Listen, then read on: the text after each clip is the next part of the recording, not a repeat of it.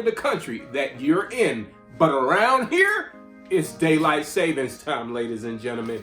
Get that clock adjusted because some of us have been waiting all year round just so we can get that extra hour. Just so that we can wake up in the morning and see the sun shining on our faces. Good morning, good evening, good afternoon, ladies and gentlemen. My name is Sir Evans, and today I want to talk about how to manage time. I love it. So many of us spend so much time procrastinating on time. We spend so much time BSing our time away that we don't even realize where did it go. Like it's just moving.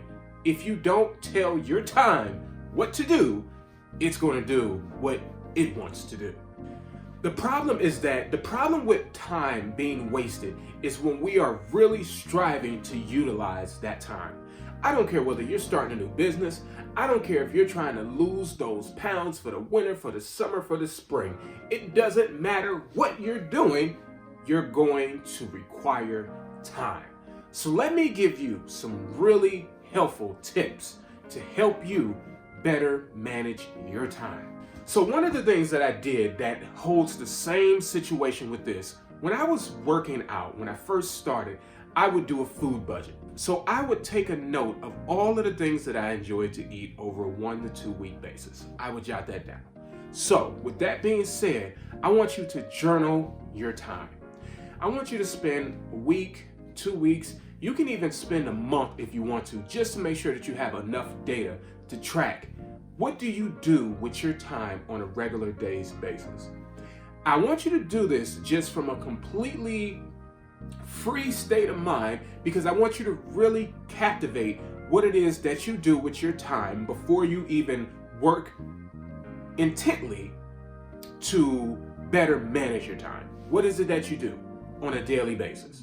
Take notes. A journal is a great way to do this. After you have spent this time jotting down and journaling this time, I want you to take a look at what it is that you have spent your time doing. I don't want you to overanalyze it. Just take a look, okay? Here's how I want you to think about this. Some of you might have even heard this already, right?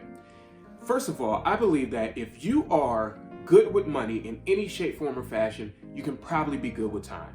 And if you're not, this is a great way for you to learn how to be more efficient in both of them. Let's imagine that you have $168 a week, right? $86,400 if you want to break it down into seconds. But that's how many hours that you have on a weekly basis. You have 168 hours to do whatever it is that you want to do with it, because once it's gone, it's gone. What you have to do, once you have that 168 hours in your mind, you got to spend it somewhere. You have to allocate those funds to the things that they need to be allocated to. All of us have bills. Whether you have bills and finances, you also have bills with time. The most important bills that you have to subtract from your paycheck of your $168, you have to subtract sleep, you have to subtract eating, you have to subtract family, and you have to subtract work. Not in that order. The thing about it is, you have to subtract sleep. I recommend subtracting sleep first because it's the most time consuming. On average, humans spend 30 to 40% of their lives sleeping. After you subtracted the time that it takes for you to sleep, work, eat, and the time that you have to spend to dedicate to your family, now you start to see just how much time you have left to allocate to other things. But here's the thing. After you've looked at that journal, after you've looked at that time that you've documented how you're spending it, I want you to look at how much that actually goes into the bills that you have to spend. How much of that $168 are you frivolously spending? That's what I want you to take a look at. Go back and look at that list. What were the good things that you've done with your time? What are some of the things that you've seen time squandered day in and day out? Maybe there's some areas that you can improve in. Maybe the prep time. Maybe there's some meal prep that can go in. Maybe there's some more sleep that needs to be going into your schedule. Perhaps there's some sleep. Maybe you're doing too much. I don't know. I'm not with you. But here's the thing. After you've taken that time to look at your journal and analyze where you're actually spending your time and how much time you have put into those bills in life that you need, now you can fully analyze how much time you have for your passion projects, how much time you have for the things that you desire to do so that you can maximize that time efficiently. Visualize what it is that you want to do before you even do it. What does it look like? What does it feel like? What does it smell like?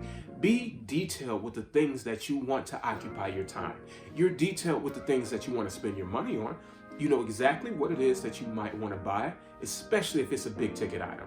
There's no item with a bigger ticket than our time. Human beings are creatures of habit. Therefore, repetition is one of the key ingredients to consistency. So, I want to leave you guys with this. Make sure you journal your time. Make sure that you spend some time being honest and transparent about where you're spending that time at. Document it. Take a look at the 168 hours that you have in a week. How much time are you spending on sleep?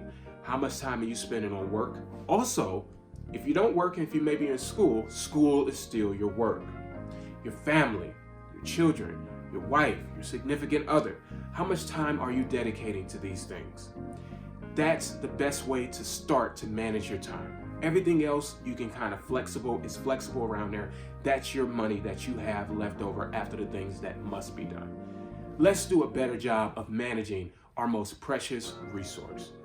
Do me a favor, make sure you subscribe to the channel if you like what you hear. That way we can keep the service going. And until the next time, I Heart Mondays. I hope you do too. Salute.